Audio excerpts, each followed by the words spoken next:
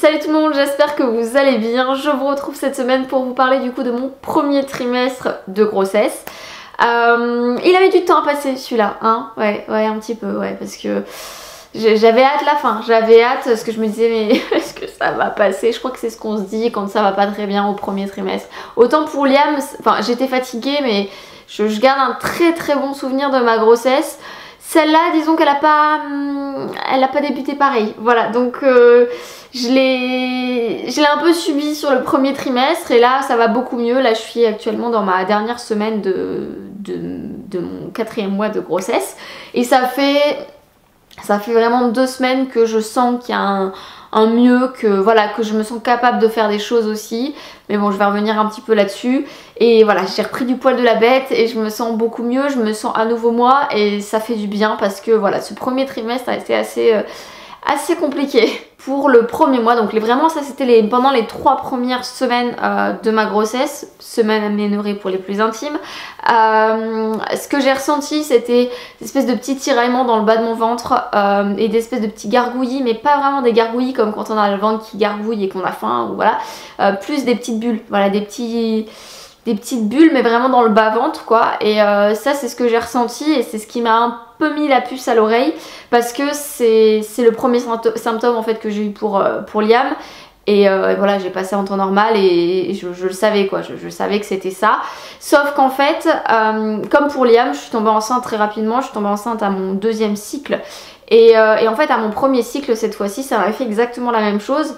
Sauf que voilà, au final il n'y avait pas de bébé, donc du coup la 2e fois là je me suis dit ouais bon bah laisse tomber, c'est pas vraiment un symptôme parce que ben le mois dernier ça fait pareil et finalement il n'y avait rien quoi, donc voilà, j'ai pas voulu en fait me projeter et me dire oh je suis trop contente, c'est trop cool, ça a bien marché, alors qu'en fait pas forcément. Donc je me suis mis un petit peu ce symptôme de côté, même si voilà, pour moi ça faisait vraiment clairement partie des symptômes puisque c'était le cas pour Liam. Donc voilà, je ne sais pas ce qui s'est passé pour le premier cycle, mais en tout cas pour le 2e ça a bien fonctionné. Ensuite j'ai fait un test précoce de grossesse, c'est pas forcément recommandé, on vous dit toujours qu'il faut attendre le 1er jour des règles pour vraiment faire un test de grossesse, mais il y a des tests qui existent avec genre je sais plus 3-4 jours avant les règles, un truc du genre. Et en fait c'est ce que j'ai fait, même si je savais que c'était pas forcément très recommandé, mais mon chéri en fait allait partir pendant les 2 prochaines semaines et en fait en gros ben, je devais faire mon test dans 4 jours, sauf qu'il partait le jour J et j'ai dit enfin c'est pas possible en fait, je peux pas apprendre ça toute seule et pas partager ça avec lui. C'est ce qui s'est passé en fait pour Liam, voilà, pour vous remémorer, même si quoi qu'il en soit je vous listerai dans la barre d'infos toutes mes précédentes vidéos quand je vous ai parlé de ma grossesse, voilà, ma première grossesse. C'était cool parce que j'ai quand même attendu un maximum de temps et j'ai fait le test le jour où en fait il arrivait, si je me souviens bien, et du coup le soir, enfin je l'ai pas dit, je l'ai annoncé le lendemain matin, j'avais préparé un petit truc et tout cool, et là je sais pas, j'avais pas envie de le vivre de cette manière là parce que ça me faisait attendre encore 2 semaines et j'allais pas pouvoir me retenir, et enfin voilà, si jamais c'était positif évidemment, mais voilà, je pouvais pas le vivre comme ça cette fois. Donc le matin, je crois qu'il partait à 5 h du matin, un truc comme ça. Je suis arrivée à moitié dans le noir, je fais mon test et tout. Et là j'ai fait le test précoce du coup, qui s'est avéré positif. Mais en fait c'était 2 barres et il y avait une barre qui était légèrement plus claire en fait. Mais il y avait 2 barres et il y avait marqué voilà, s'il y a 2 barres, même si elle est un peu plus claire, c'est bon, c'est positif quoi. Donc en gros voilà, on s'est retrouvés là, on n'a pas voulu trop s'emballer en fait. Moi il m'a tout de suite dit attends, on se calme, on va vérifier tout ça, on va faire une prise de sang, on s'emballe pas, etc. Et donc du coup dans la foulée donc il est parti, bon on s'est pris dans les bras, on était contents, on a fêté ça mais sans vraiment le fêter parce qu'on voulait pas voilà je sais pas, s'imaginer quoi que ce soit et être déçu par la suite. Dans la foulée j'ai fait un test de grossesse, non, une prise de sang, etc. Et en fait dans la journée j'ai eu les résultats, voilà, c'était positif, mais c'était un tout petit taux parce que comme je vous ai dit j'avais pas encore mes règles, donc c'était encore tout petit. C'est pas ce qui est recommandé, je vous le conseille pas forcément, mais c'est vrai que quand on est impatient, et là quand on était dans notre cas où j'avais pas envie de la prendre toute seule plus tard, et bah voilà, j'ai fait comme ça. Évidemment, dès que j'ai eu les résultats, j'ai appelé mon chéri, je lui ai dit voilà, c'est officiel, etc. On n'a pas vraiment sauté de joie à ce moment-là, on a pas réellement, enfin si on a réalisé le truc, mais on s'est pas autorisé à se projeter. je pense, parce que je sais pas, on avait peut-être un peu peur qu'il y ait une mauvaise nouvelle. Et puis comme aussi j'avais fait un test précoce qui est pas forcément préconisé, ouais, voilà, on n'était peut-être pas en confiance, donc du coup on a préféré pas trop extérioriser le truc et pas trop se projeter. Et du coup moi pendant ces 2 semaines où il était absent, donc c'était vraiment pas simple parce que c'est à ce moment là où la fatigue est arrivée, donc j'étais très fatiguée. J'avais 60 millions de trucs à gérer parce que c'était pile le moment, il fallait que je remplisse tous les papiers pour la banque, pour la maison, enfin bref c'était vraiment les 2 semaines horribles. Si jamais vous avez en plus suivi un petit peu le truc, enfin je vous mettrai les vidéos ici et puis dans la barre d'infos j'avais fait des espèces de vlogs et c'était un enfer, c'était vraiment un enfer. Mélange hormonal mais également de stress. Un jour en fait je me suis réveillée à 6 h du matin et la grosse nausée, j'ai eu envie de vomir, j'étais trop mal, j'étais allongée dans mon lit, je me suis mis en PLS et j'étais là genre ok, j'ouvrais les yeux, il y avait tout qui tournait, j'avais l'impression, et ça faisait bien longtemps que ça m'était pas arrivé, que j'avais pris une énorme cuite. Et j'étais mal et j'étais là genre oh, mais comment c'est possible, ça va pas, enfin c'est pas possible, ça va pas durer 3 mois là, je peux pas quoi, enfin c'est pas possible, je peux pas quoi. Puis là je suis toute seule dans les semaines à suivre, enfin non, il n'y a pas moyen quoi, enfin c'était ouais, c'était très compliqué pour moi. Et là je commence à regarder sur mon téléphone les trucs et astuces, nausées, grossesse, machin, etc. Et il disait prenez du gingembre et tout. Je pars dans mon frigo, je commence à peler la racine de gingembre, je commence à la grignoter comme ça dans ma cuisine, assise par terre. Ce que je me disais, et c'est horrible hein. En plus à 6 h du mat, puis du gingembre comme ça, franchement c'est pas ce qu'il y a de plus sympa. C'était horrible et puis je retourne dans mon lit, j'avais envie de vomir et tout qui tournait, enfin bref c'était un enfer. Liam qui se réveille du coup 1h30 plus tard, qui me rejoint dans le lit, enfin ça allait pas du tout. Mais c'était un peu la journée de stress parce que ce jour là il fallait que j'envoie tous les papiers pour le prêt à la banque, j'avais plein de rendez-vous, c'était la journée de l'enfer. Et en fait je pense qu'il y avait un gros taux de stress pour cette journée, ce qui a fait qu'avec les hormones ça a pas fait un bon ménage et du coup ça a fait que j'ai eu une grosse nausée et en fait ça ne s'est passé qu'une seule fois. Alors j'appréhendais vachement le lendemain, finalement j'ai rien eu. Par contre un truc qui a duré du coup là jusqu'à la semaine dernière, donc ça a duré quand même pas mal de temps, il fallait absolument que je mange à peine réveillée quoi, genre fallait pas que j'attende trop longtemps, fallait pas que je commence à me préparer ou quoi, fallait tout de suite que j'aille manger. Je suis désolée, j'ai un petit cheveu qui me dérange, voilà. Ça c'était vraiment le truc obligatoire, sinon je me sentais un petit peu nauséeuse. Donc oui et non, j'ai pas réellement eu de nausées au cours de la journée, mais le matin il fallait que je mange un petit déj quoi. Et là c'est vraiment sur la dernière semaine du premier mois, j'ai commencé à avoir mal à la poitrine. Pareil, ça n'a pas du tout été le cas pour Liam. J'ai investi dans des brassières, je vous dis ça parce que ça peut peut-être en intéresser. Là j'ai acheté ça sur une vente privée, je crois que c'était sur Brandalé. Je sais pas si c'est toujours le cas, enfin si elle est toujours d'actualité, mais je vous en parle au cas où. Donc c'est les Zéro Fil de chez Sloggy. Si jamais je vous retrouve les liens, évidemment je vous mets tout ça dans la barre d'infos. On est hyper bien dedans, il y a un maintien mais sans qu'on se sente oppressé. Enfin vraiment je suis hyper contente de ces trucs là. Je cherchais un truc dans lequel j'étais bien, dans lequel je me sentais soutenue mais pas forcément trop. Et un truc qu'on puisse dormir avec, parce que du coup j'avais tellement mal à la poitrine que je pouvais plus dormir. Enfin j'étais obligée de dormir avec un soutien et en même temps je pouvais pas dormir avec style un soutien-gorge ou un truc qui me serrait, enfin bref. Donc c'est ma solution si jamais vous êtes dans mon cas. Si jamais vous avez une grossesse en plein été, bon bah pour les fines bretelles c'est pas l'idéal, ça c'est clair. Mais bon pour l'hiver là ce sera parfait. Et même en plus pour allaiter, ça peut être cool. Alors ça s'ouvre pas comme les soutiens-gorge d'allaitement sur les côtés, machin, etc. Mais en fait finalement pour avoir allaité pendant plus de 9 mois, je me dis que c'est pas forcément utile, donc ça me servira aussi pour l'allaitement, j'en suis convaincue. On en reparlera si jamais c'est pas le cas, mais j'en suis convaincue. Le deuxième mois et le troisième, allez, ça a été certainement les plus difficiles. Voilà, ça a été très difficile, que ce soit physiquement ou mentalement. Mentalement parce qu'en fait ça a été difficile de me sentir faible, de me sentir limitée physiquement. Ça a été un gros truc. J'ai tendance à faire 50 000 trucs, j'ai tendance à aimer être active et faire des choses. Et là je me sentais limitée. Il y a eu le déménagement, je ne pouvais pas faire quoi que ce soit, sinon je me sentais mal. Fallait que je m'assoie toutes les 2 minutes, enfin c'était insupportable quoi. C'est vrai que comme j'étais limitée physiquement, ça a vachement été répercuté sur mon mental. Et ça a été un peu la suite aussi pendant le 3e mois, mais je vais revenir sur les petits points. Donc le 2e mois, j'avais du coup mal à la poitrine, je dormais très mal, j'avais mal au dos aussi quand je dormais. J'avais aussi envie de faire pipi toutes les 2 heures, c'était horrible, là ça va déjà beaucoup mieux, mais c'était ça. Pendant le 3e mois ça commence à aller mieux, mais le 2e mois ça a été un enfer. Genre vraiment les mêmes symptômes que ma fin de grossesse pour Liam quoi, quand le bébé il appuie sur votre vessie, bah là c'était le même principe quoi, sauf que je me réveillais tout le temps, je faisais des cauchemars, pareil un symptôme que j'avais eu à mon dernier trimestre de grossesse. Qu'est-ce que j'ai eu encore? Des insomnies, genre déjà que je me réveillais suffisamment la nuit pour aller faire pipi ou quoi que ce soit, que j'avais mal au dos machin, je me suis retrouvée genre pendant des heures comme ça dans le noir à plus pouvoir dormir. Ouais c'était très dur, pareil les insomnies, truc de 3e trimestre pour la grossesse de Liam, mais là ça m'est tombé dessus, donc déjà que physiquement ça allait pas, il y avait ça la nuit donc je dormais pas et du coup bah, j'en ai pris un coup quoi, et ça a cumulé sur plusieurs semaines, ça c'était dur. Franchement psychologiquement c'était dur et j'en avais vraiment ras le bol et j'ai pas du tout apprécié le début de ma grossesse hein, très clairement. Ouais j'avais juste envie que ça se finisse quoi. Pour rester dans les trucs pas très cool, puisque je vois que j'en ai oublié, on a tendance à vite oublier après quand ça va mieux.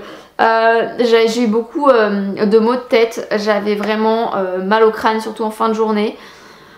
J'ai pas pris de médicaments parce que moi je suis pas trop médicaments, donc du coup voilà je me faisais des petits massages, des trucs comme ça, mais voilà je suis pas trop médoc, j'aime pas trop me bourrer de médicaments et alors enceinte non merci. Donc voilà, mal de tête, insupportable, il y a des fois j'avais envie de me taper la tête contre les murs quoi, donc du coup je me mettais dans le noir, je soufflais un petit peu, etc. J'entendais que ça passe, des petits massages et tout, et puis bon voilà, bon au bout d'un moment ça, je crois qu'on s'y habitue à la douleur, on a mal, elle est encore là. Mais on s'y est habitué quoi, et ça m'arrivait souvent en fin de journée. Autre chose, j'avais des baisses de tension, ça a été horrible. Ouais, 2e et 3e mois, mais surtout le 2e. C'est pour ça que je vous dis que j'étais assez limitée en fait physiquement, c'est que quand je me levais, que je voulais faire un truc, et ben d'un coup bam, noir blanc, ok faut que je m'assoie les gars parce que sinon je vais tomber dans les pommes. Donc c'était ça, je m'asseyais par terre, enfin c'était horrible et c'était tout le temps. Il y a plein de fois où je suis tombée dans les pommes mais que j'ai pas eu le temps de m'asseoir et que du coup je suis tombée, j'avais des bleus partout, je me suis fait des bosses, je me suis cogné la tête, j'ai eu un hématome sur le côté de la hanche mais genre comme ça énorme. Et ouais ça allait pas du tout, j'avais vraiment grosse baisse de tension, grosse baisse de morale, enfin du coup c'était vraiment pas l'idéal. Grosse angoisse aussi, du coup chose que j'ai pas du tout vécu pour Liam. Grosse angoisse de perdre le bébé. Bon le fait que je tombe et que machin ça n'arrangeait pas les choses, mais ça c'était vraiment une grosse angoisse. Pour Liam je me suis même pas posé la question en fait. Après il faut dire que à ce moment là j'étais la seule de toutes mes copines qui avait eu un bébé, enfin qui était enceinte, et du coup j'avais pas forcément d'exemple autour de moi. Et là ces dernières années j'en ai eu beaucoup de copines qui ont fait des fausses couches et je pense que voilà ça a dû certainement jouer aussi. Et puis bon le fait que j'étais pas forcément très bien physiquement et psychologiquement, du coup ben ça a joué, et c'est vrai que j'avais énormément peur de perdre ce bébé. C'est aussi pendant le 2e mois que j'ai eu ma ventre qui s'est arrondie tout de suite. C'était assez difficile finalement de le cacher, donc autour de moi ça allait parce que j'ai été beaucoup prise par mon déménagement, donc j'ai pas vu tant de personnes que ça, mais on a quand même annoncé du coup à mon beau-père qui est venu nous aider pour le déménagement parce que j'étais quand même vachement limitée, et du coup voilà on lui a annoncé à ce moment là. Et une de mes amies qui était au courant qu'on était en essai bébé et que voilà que je voyais régulièrement, et du coup c'est elle, c'est le témoin d'ailleurs de mon mariage, et c'est elle, je lui ai annoncé tout de suite quoi, hein, dès que je l'ai su, parce que j'avais aussi cette envie de me dire que si elle allait avoir un souci, je serais certainement contente d'en parler à quelqu'un, donc voilà pourquoi je lui ai annoncé à elle, mais après sinon au reste de la famille et puis d'autres amis on n'a rien dit. À la fin du 2e mois il me semble, juste avant de partir en vacances, j'avais appelé en fait ma future sage-femme que je ne connaissais pas encore, et je lui avais dit voilà bon est-ce que comment ça se passe, etc. Elle m'a dit bah si vous voulez on peut faire une échographie de datation, chose que je n'ai pas du tout faite pour Liam. Pour Liam j'ai fait directement une première écho, la première écho officielle et du 1er trimestre, mais j'avais jamais fait d'échographie de datation. Et là elle m'a proposé et je lui ai dit en fait je suis hyper stressée donc oui ça m'arrangerait de la faire. Je suis allée voir une autre sage-femme qui est en plus pas à côté mais qui est très réputée, voilà, donc à 45 minutes de chez moi, donc c'est là-bas que je vais faire mes échos du coup. Donc avec cette sage-femme qui est très sympa, très douce, qui explique vraiment bien les choses et voilà, j'en suis très contente. Et du coup j'ai fait mon échographie, ça dure 2 minutes et juste on entend un petit peu le cœur du bébé, mais c'était suffisant pour que déjà ça me fasse que ça me fasse du bien et que ça me rassure, parce que voilà, j'allais passer toutes les vacances sans forcément savoir, et j'avais envie aussi de l'annoncer aux personnes que j'allais voir, même si c'était un petit peu en avance, mais bon tant pis. Donc voilà, donc du coup il y a eu cette petite échographie de datation qui a coupé un petit peu tout ce premier trimestre en deux, et ça m'a fait quand même pas mal de bien psychologiquement. 3e mois, physiquement et psychologiquement c'était pas ça non plus, toujours des baisses de tension mais beaucoup moins. On est parti à ce moment là en vacances et j'étais fatiguée, mais alors là ça n'a pas été cool parce que j'ai commencé à avoir des contractions.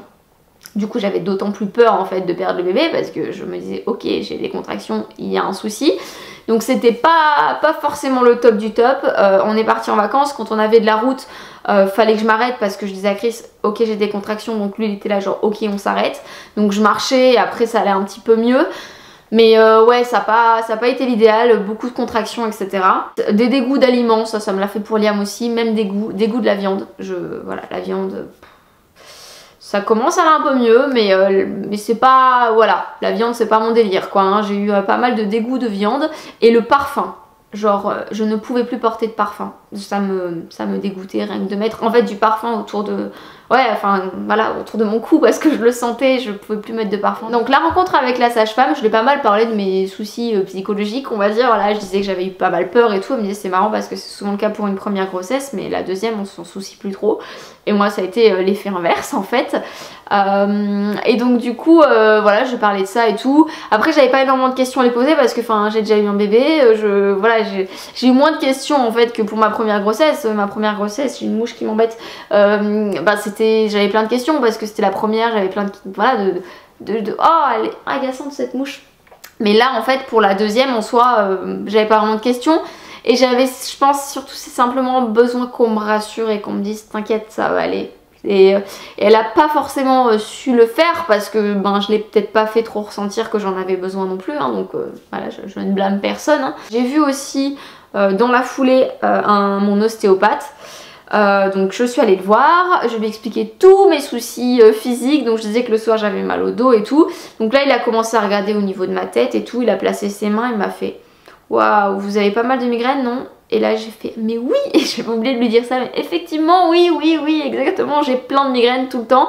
Et donc là il m'a remis plein de trucs en place, etc. Après c'est un ostéo qui fait aussi de l'acupuncture, mais plus profond, hein. C'est pas juste de l'épiderme, c'est vraiment en profondeur, donc il te pique dans le muscle, donc il m'a piqué un petit peu au-dessus des fesses parce que je sentais qu'il allait avoir un début de sciatique qui allait débarquer, chose que j'ai eu pour Liam en fait, mais vraiment au dernier trimestre où je m'étais bloqué le dos. Donc voilà, et donc là il l'a senti aussi, donc on a fait de l'acupuncture, enfin bref, la totale. Et ça va beaucoup mieux, je dors beaucoup mieux, voilà, au top du top. Par contre, coussin d'allaitement pour dormir, ne m'en parlez pas, j'ai essayé puisque j'avais toujours celui de Liam, mais c'est un enfer en fait, je dors encore plus mal avec ce truc. Et en fait cet ostéo qui peut-être regarde cette vidéo, donc bonjour, mais m'a beaucoup aidée. Bon c'était pas, enfin, j'ai parlé de ma grossesse et en fait il a un petit peu joué finalement ce rôle que je cherchais en fait chez ma sage-femme. Elle m'a pas rassurée comme je le souhaitais, et en fait lui m'a énormément rassurée. Voilà, il m'a parlé de sa femme, il a 4 enfants, donc ils sont un peu dans cette optique comme moi, voilà, d'accouchement un peu plus naturel, plus physiologique, etc. Et c'est vrai que bon, on s'est trouvé pas mal de points communs à parler de cette grossesse, et ça m'a fait beaucoup de bien en fait. Donc du coup je me suis sentie vachement rassurée. J'aurais jamais pensé d'une que ce soit mon ostéopathe qui me rassure, et de deux que ce soit un homme qui me rassure sur le sujet, donc ça m'a fait vraiment beaucoup de bien. Et depuis ce jour-là, toutes mes inquiétudes, entre guillemets, même si j'avais pas forcément de mots à mettre sur ces inquiétudes, mais on va dire cette angoisse qui était là, ça s'est complètement échappé en fait avec le fait d'avoir discuté avec lui. Donc parfois, il n'en suffit de pas grand chose. Donc voilà pour mon premier trimestre de grossesse. J'ai hâte de partager un petit peu tout ça avec vous, surtout que maintenant ça va beaucoup mieux physiquement et du coup psychologiquement, et du coup j'ai vraiment hâte de partager un petit peu tout ça avec vous. Je pense faire une FAQ, je vous en avais déjà parlé dans ma précédente vidéo et là je pense que du coup je vous la lance ce week-end, donc restez connectés sur Instagram samedi, je vous publierai la FAQ et n'hésitez pas à me poser toutes les questions que vous avez sur cette grossesse. Et donc voilà, et puis sur ce je vous dis à très bientôt pour une prochaine vidéo. Ciao.